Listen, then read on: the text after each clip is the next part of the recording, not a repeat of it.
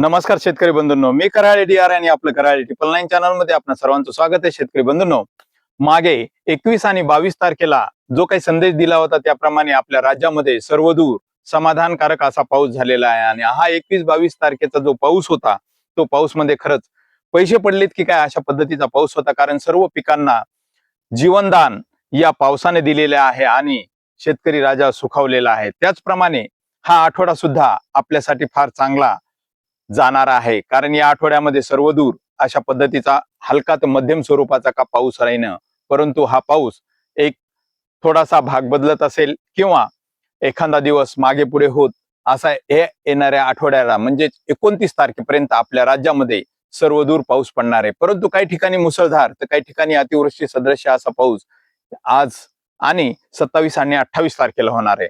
तर तो कुठे होणार आहे तो मी तुम्हाला या संदेशद्वारे देत आहे. तेव्हा शेतकरी बंधूंनो, हा पाऊस जो आहे आज 11 वाजेच्या नंतर खानदेश विभागामध्ये सर्वात जास्त पडणार आहे. त्यातल्या त्यात 40 गाव आहे, धुळे आहे, साक्री आहे आणि नंदुरबार आहे. या भागामध्ये मुसळधार स्वरूपाचा हा पाऊस सुरुवात होणार आहे. त्यातल्या त्यात नंदुरबार जिल्ह्यामध्ये अतिवृष्टी होण्याची शक्यता सर्वात जास्त आहे. तेव्हा शेतकरी बंधूंनो, हा पाऊस जे काही खानदेशचे माझे शेतकरी आणि हे चॅनल जे बघत आहेत त्यांनी सबस्क्राईब केलेलं आहे त्या शेतकऱ्यांसाठी ही बाब फार महत्वाची राहणार आहे. त्यातल्या त्यात आमचे जे काही शहादा विभागातले जे काही प्रकाश पाटील साहेब जे आहेत त्यांच्यासाठी त्यांची वारंवार जराशी कॉमेंटमध्ये मला ते नेहमी विचारत असतात. त्यामुळे त्यांना मी सांगू इच्छितो की आपल्या शहादा या तालुक्यामध्ये सुद्धा फार चांगला जोरदार पाऊस 27-28 तारखेला हा फार मुसळधार स्वरूपाचा पाऊस होणार आहे. तेव्हा खानदेश असेल, विदर्भ असेल, विदर्भाचा जो काही भाग आहे त्या विदर्भातल्या भागामध्ये आज दुपारी 12 ते 1 च्या दरम्यान बुलढाणा आहे, मलकापूर आहे, खामगाव आहे, मेहकर, रिसोड, वाशिम, अकोला आणि त्यातल्या त्यात बुऱ्हाणपूरचा जो काही भाग आहे या बुऱ्हाणपूरमध्ये सुद्धा फार जोरदार पाऊस पडणार आहे.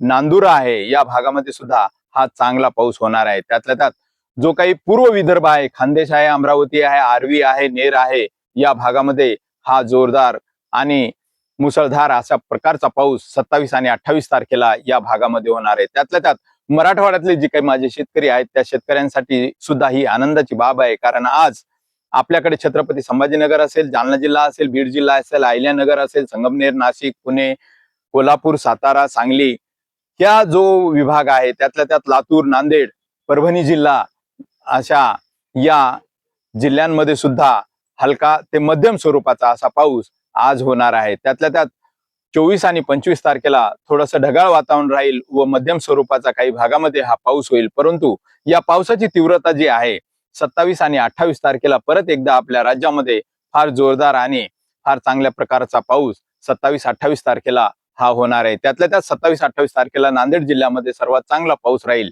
तसंच परभणी जिल्ह्यामध्ये, हिंगोली जिल्ह्यामध्ये हा पाऊस 27-28 तारखेला जोरदार पडणार आहे. त्यातल्या त्यात थोडासा छत्रपती संभाजीनगरमध्ये हा हलका आणि मध्यम स्वरूपाचा पाऊस राहणार आहे. जालना जिल्ह्यामध्ये सुद्धा हलका आणि मध्यम स्वरूपाचाच पाऊस राहणार आहे.